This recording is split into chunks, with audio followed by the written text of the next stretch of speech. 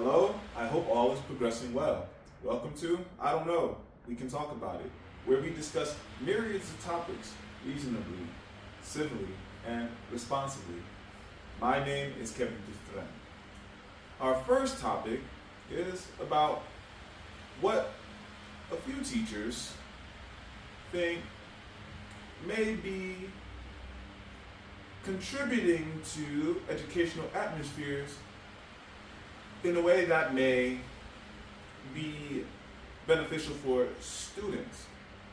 The teachers, these professionals of educational environments, contribute ideas, contribute methods to acknowledge what may be attempting to work as inhibitions of developing a whole person.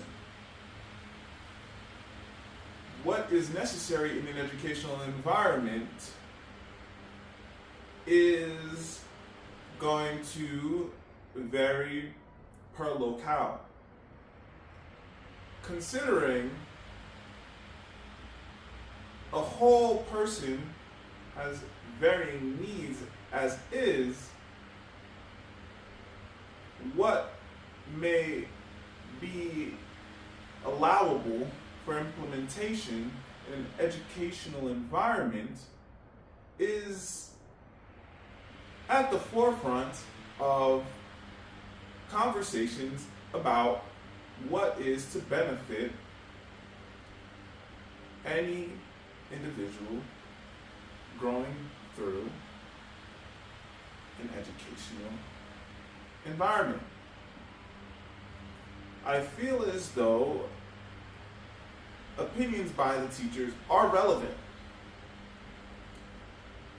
and a lot of topics connect between the public sphere and the private sphere. Additionally, I feel as though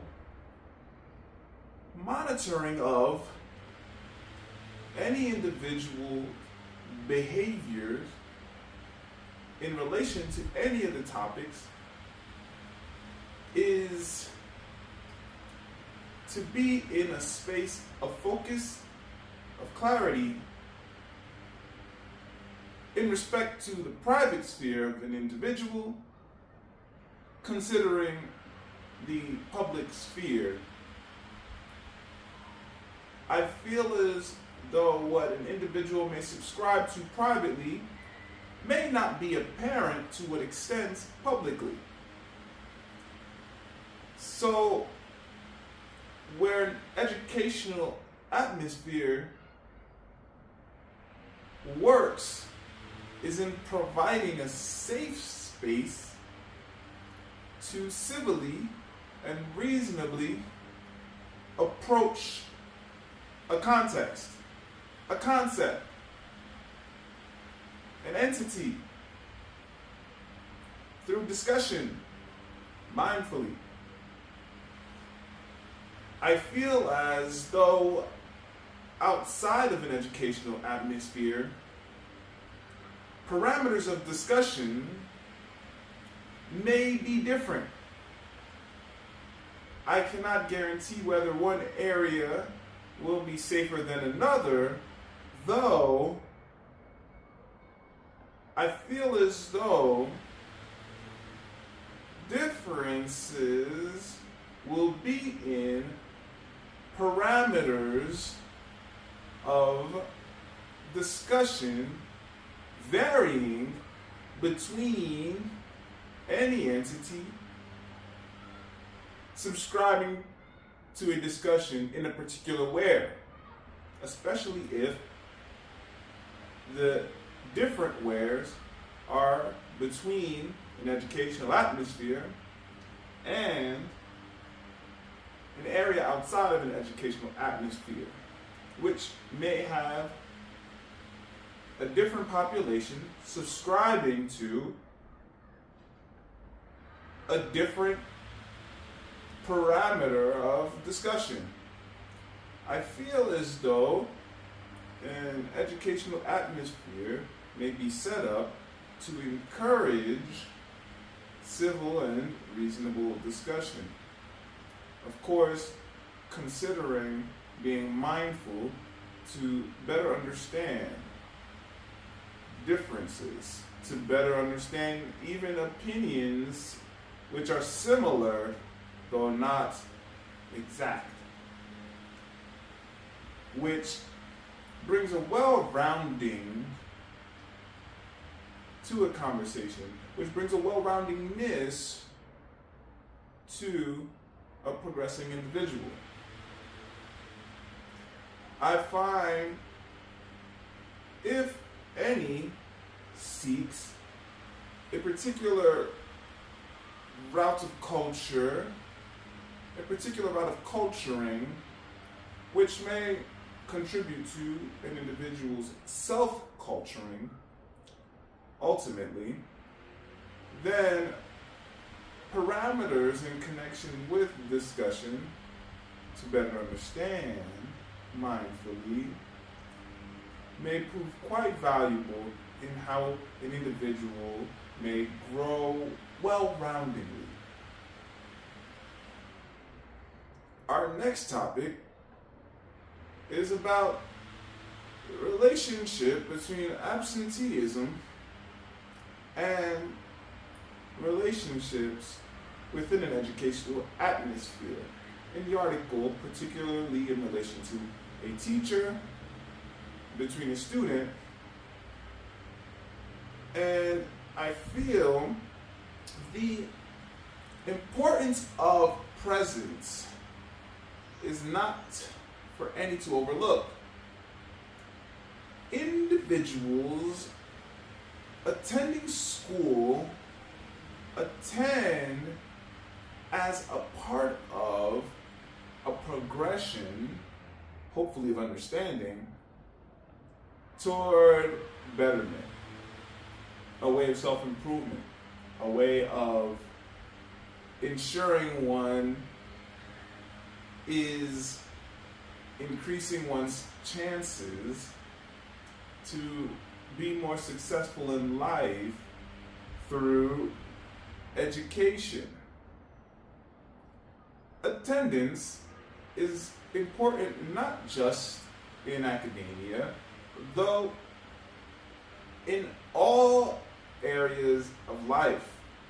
Being fully present is different than simply being present, though to be fully present, one must at least be present. If one does not attend work, one's job, more often than not, attendance may become apparent, especially if one is not attending to one's responsibilities. If one is not attending to one's obligations in connection with an entity, particularly if a student is not attending to obligations of an educational environment, a student may receive consequences in connection with not attending to one's obligations properly in connection with an educational environment. Similarly, there are good consequences for any attending to one's obligations in connection with an educational environment. So when anyone is not in attendance, not attending to one's obligations, then a lot of disconnects may become more apparent, especially in a comparative sense when a teacher is able to connect differently with the other students that are attending obligations in connection with a particular educational environment. When a student attends school, a teacher is not completely aware of why a student is not attending, which is in connection with who is in a student support circle, in a student support foundation, aware of a student's attendance. I find attendance becomes more apparent not only to a teacher when a student is not present, though to a supporting foundation, a supporting circle, when any consequences in connection with parameters of an educational environment, in connection with obligations of an educational environment, are not receiving tending, a support foundation eventually becomes present. Eventually, a support foundation has to attend to attendance of an individual that is not attending to obligations of an educational environment. I feel as though unless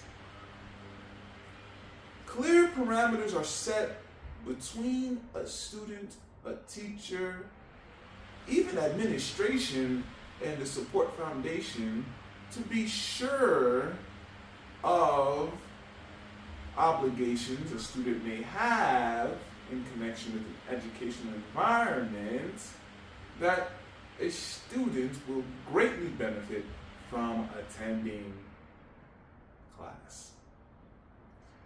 Understandably, if a situation is dire, if a situation is serious, if a student may attend to obligations of an educational environment, though may not be physically present in the classroom, then I feel as though an educational environment, in conversation with the support foundation, may progress with the support foundation, with the individual, in a way that may be beneficial for both parties, understandably and mindfully. Every situation is different. Even though a student may not want to attend, a reason that is justifiable and in conversation with necessary entities like a teacher, administration, all in connection with an individual's growth within an educational environment, then I feel as though more resolves are available as to figuring out what else can be done. Though, if a student simply does not want to come to school because of finding school,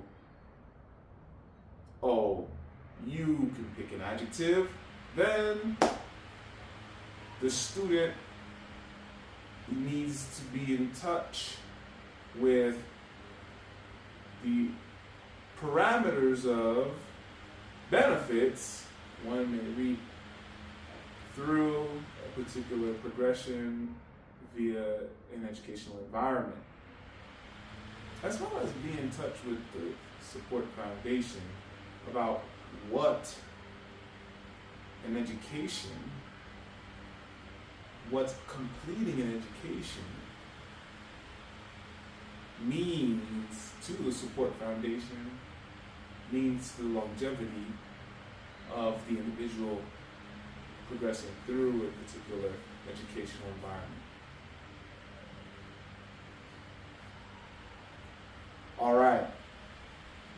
It's origami time. Starting from a rectangular sheet, we're going to move into making an origami bat. Now, the origami bat might seem familiar to you, which is fine. Though I like how the design is. So we're going to move from making a rectangle into a square by bringing the short edge over to the long edge, folding in and out the rectangle on the short edge, ripping it from the serration, and then we have our initial first fold already. We're going to fold the origami paper in the other direction, point to point. So we'll have a diamond center. A diamond center, as you can see, a diamond center. From here, we're going to have to fold up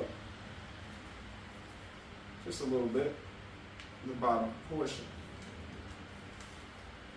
Okay. Once we fold up the bottom portion, we're going to do something really cool. We're going to fold it back down. Now what we're going to do is we're just going to give ourselves a little step. So we're going to create a little wing. One way to do this is fold in about just a little bit here. Just a little bit, fold in.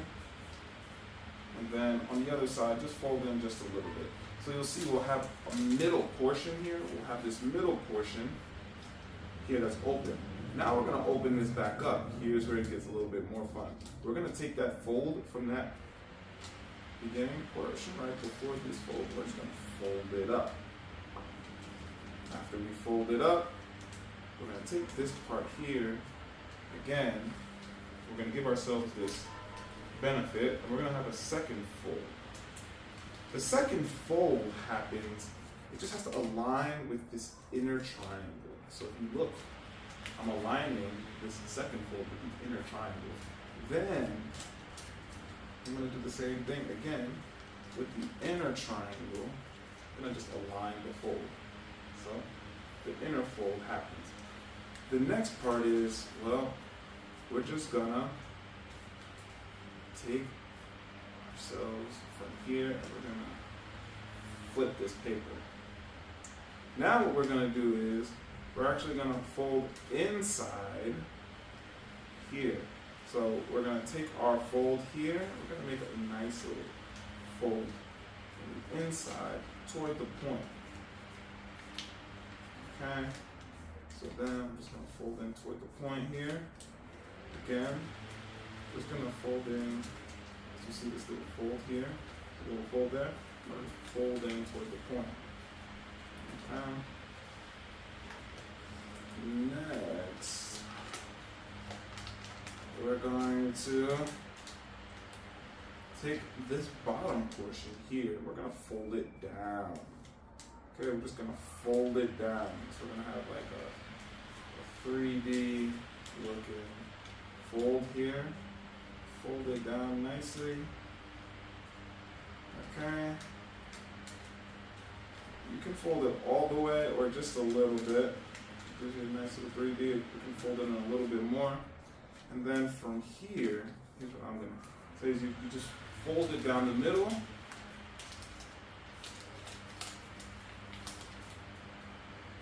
And voila, you have a bat. Now this is my variation of the bat. As you can see the structure, very nice.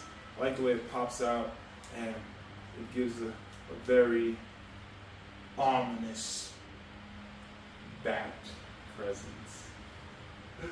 I feel like this can be a logo for Batman. Alright.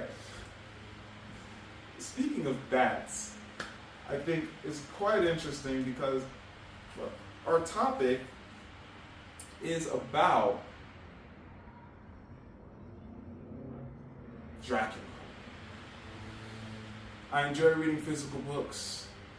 Reading physical books has so many benefits long term, especially in connection with spatial development, which is the reason why I'm a huge advocate for reading physical books.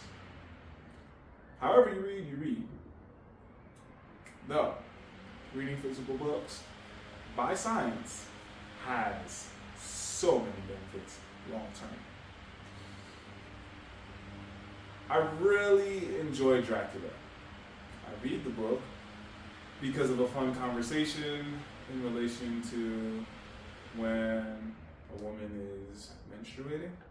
And I realize the story is not completely in my awareness.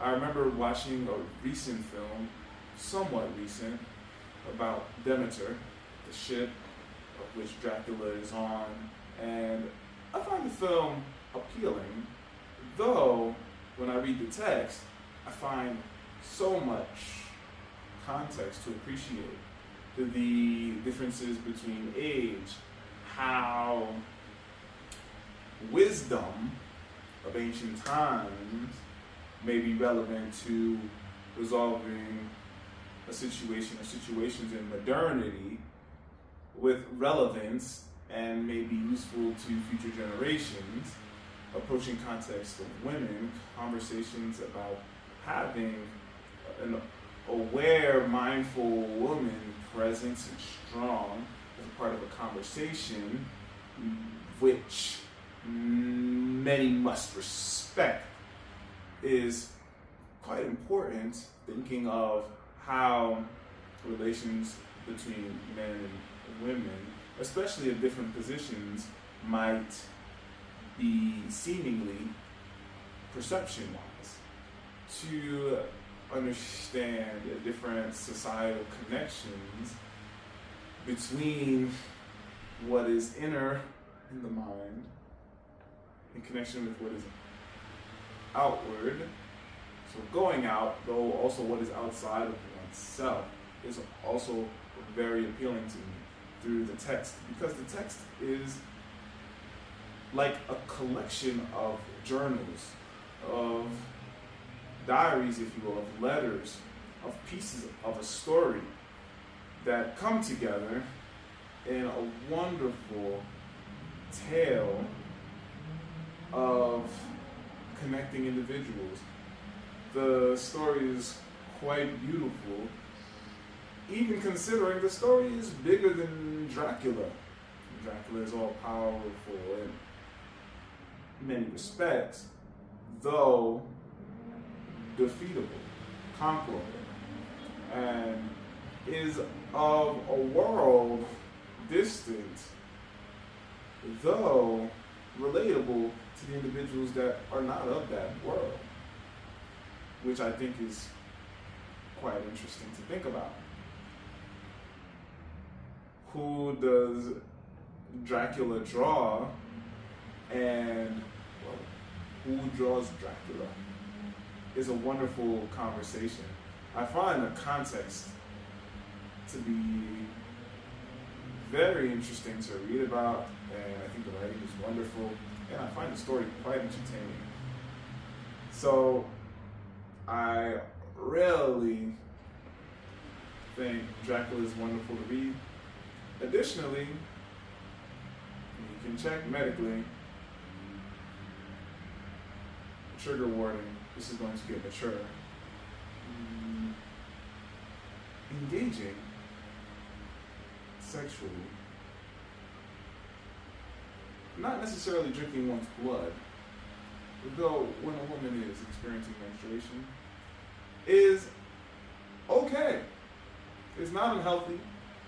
Make sure to test yourself for any STIs always before engaging in any sexual relation.